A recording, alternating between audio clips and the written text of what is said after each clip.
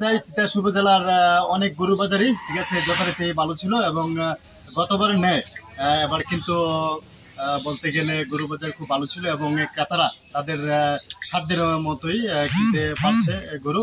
সবাই বাজারগুলো পরিদর্শন করে বুঝতে পারলো যে সন্তুষ্ট ছিল গরু বাজার। তো আমি আবার ফিরে আসি দুলামপুরের বাজার, যেটা বর্ণনা করছিলাম যে তুলনামূলকভাবে দুলামপুর বাজারটি ছিল অত্যন্ত জাঁকজমকপূর্ণ এবং ক্রেতা বিক্রেতার অসংখ্য ভিড় ছিল এবং সর্বশেষ দেখতে পেলাম যে গরুর সংকটে অনেক ক্রেতা তারা কিন্তু গরু বাছাই করতে পারেনি এবং চাহিদা মতো না কিনে তারা কিন্তু বাড়িতে চলে গেছে। পাশাপাশি আরেকটু কথা আপনাদের জানাচ্ছি, তিতাস উপজেলায় সর্বশেষ যে তথ্য, একটা বিস্ময়কর তথ্য আমি পেলাম, এবছর গরুর সংকটে থাকার কারণে অনেক ক্রেতা তারা কিন্তু আসলে গরু চাহিদা মাফিক বা তাদের পছন্দ মতো কিনতে পারেনি এবং সর্বশেষ পর্যন্ত আমরা দেখতে পেলাম যে গরুর সংকট ছিল। তো এবছর আসলে ক্রেতার সংখ্যা বেশি ছিল, গরুর সংকট থাকার কারণে বাজারে কিছুটা বিঘ্ন হয়েছে। যা হোক, এই ছিল আমার কাছে তথ্য। ধন্যবাদ হানিফকে।